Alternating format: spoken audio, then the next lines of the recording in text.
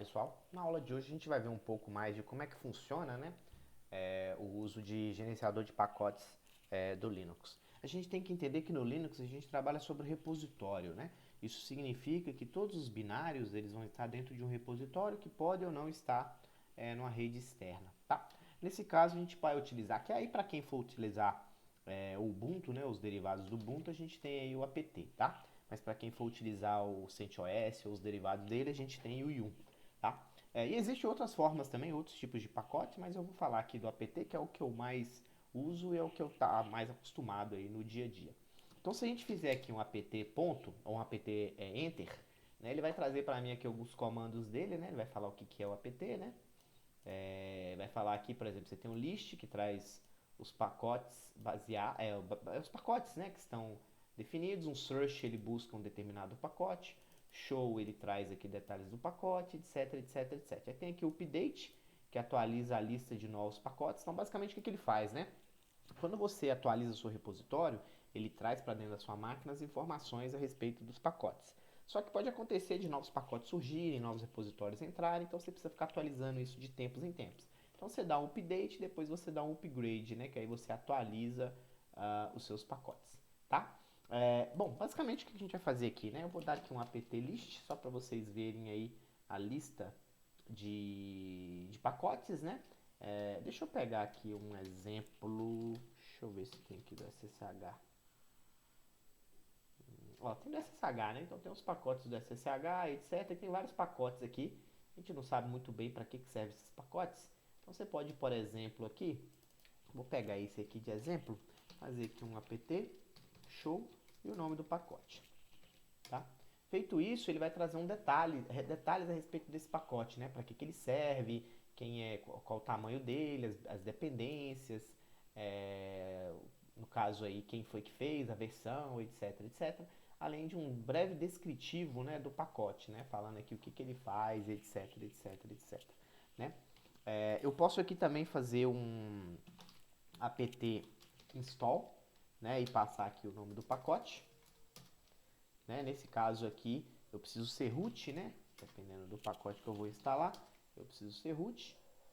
Então ele vai perguntar se eu quero instalar o novo pacote, ele vai falar aqui mais algumas coisas, né? Etc, etc, etc. Eu posso simplesmente confirmar. Aí com isso ele vai baixar o pacote e vai fazer a instalação. Então aqui agora é aguardar, etc, etc, etc. A partir desse momento o pacote está desinstalado. Se eu quiser, eu posso fazer aqui o apt-get também, é mais ou menos a mesma ideia, tá? Não tem muita diferença não, tá? Tanto o apt quanto o apt-get, eles fazem mais ou menos a mesma coisa, tá? Posso fazer aqui, por exemplo, também a remoção dele, né?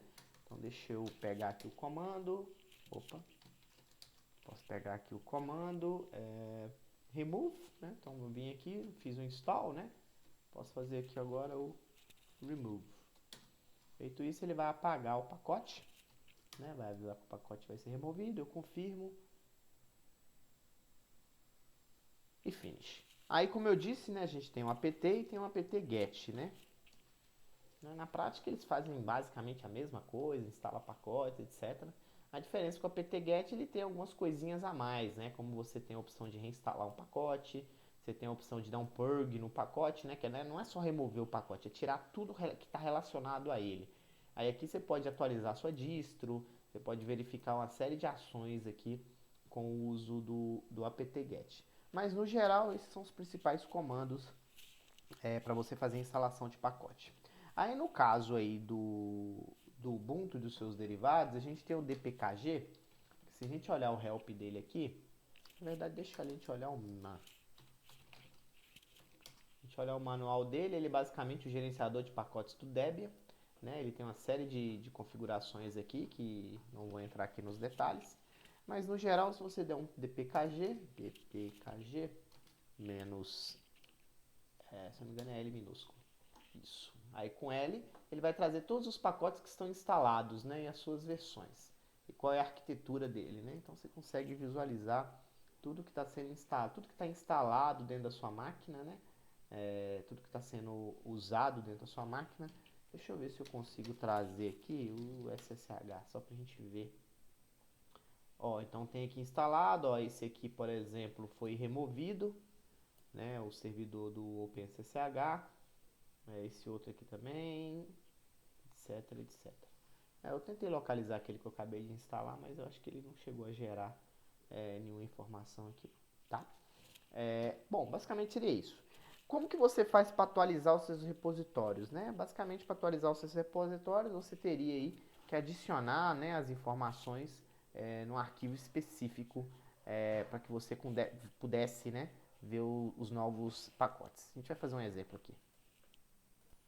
Então, por exemplo, né, se você entrar aqui dentro do... Deixa eu entrar aqui dentro do etc apt sources list.